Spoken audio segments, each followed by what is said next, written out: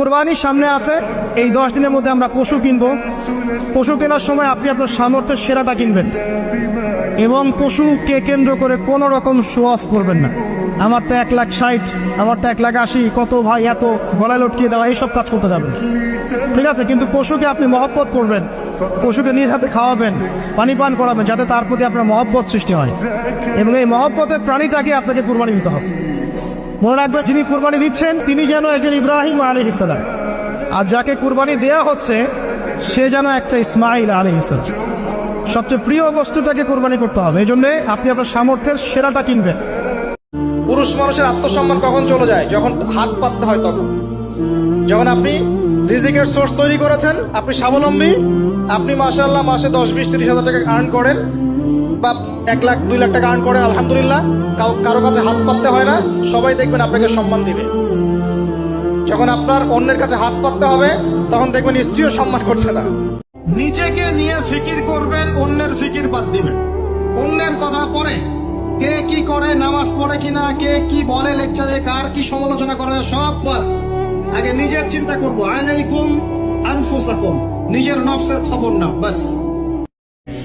নবীজি একবার যখন আল্লাহর সামনে বলবেন কিয়ামতের মাঠে, আল্লাহ আমার উম্মত, আল্লাহ আমার উম্মত, আল্লাহ পাক এক দোয়াতেই নবী সাল্লাল্লাহু আলাইহি ওয়াসাল্লামকে বলবেন, তোমার উম্মতের মধ্যে যার অন্তরে সরিষা পরিমাণ ঈমান আছে ওকে বের করে নিয়ে আসো। সেই মানুষের শান, তার মর্যাদা, তার চরিত্র নিয়ে কেউ যদি কথা বলে, কটূক্তি করে, তার অবস্থা পরকালে কি হবে চিন্তা করে। দুনিয়াতে হয়তো কিছু হবে না, হয়তো পার পেয়ে যাবে। এই দুনিয়াটা চূড়ান্ত ফলাফলের জায়গা। দোয়া করতে করতে যদি দেখেন চোখ দিয়ে পানি ঝরছে, বুঝবেন দোয়া কবুল হয়ে গেছে ইনশাআল্লাহ। এটা দোয়া কবুলের আলামত।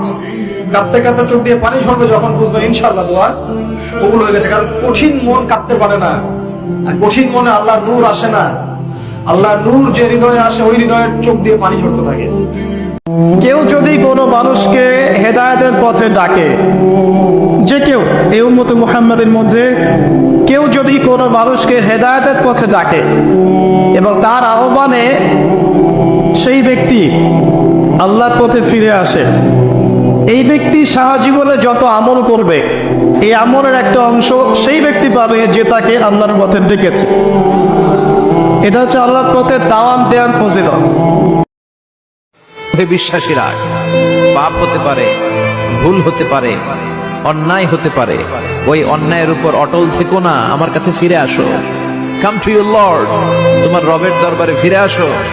ক্ষমার মতো ক্ষমা চাও, ক্ষমার মতো ক্ষমা চাইলে আমি সব ক্ষমা করে দেব। সুবহানাল্লাহ পড়েন। সবর মানে এটা নয় যে আমি পরিস্থিতি পরিবর্তনের অপেক্ষায় বসে আছি, এখন খারাপ সময় চলছে, একসময় ভালো সময় আসবে, আমি ভালো হয়ে যাব, এটার নাম সবর নয়। সবর মানে খারাপ অবস্থার পরিবর্তনের চেষ্টা করা, এর জন্য স্ট্রাইভ করা। মনের বিষয়টা আল্লাহ ছাড়া কেউ জানে না।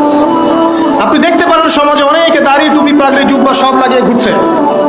বিশ্বাস করেন তাদের মনটা এমনও হতে পারে যে জানোয়ারের চেয়েও কুৎসিত, তেমন হবে।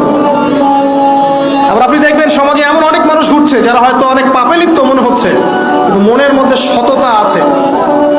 আর যার মনের মধ্যে সততা আছে, আল্লাহ বা কোনো না কোনো দিন ইনশাআল্লাহ তাকে হেদায়েত দিবেন। আল্লাহ অনেক সময় দেন, শুধরে যাবার অনেক টাইম সে পায়। তারপরও যখন সে লিমিট ক্রস করে তখন আল্লাহ ধরে।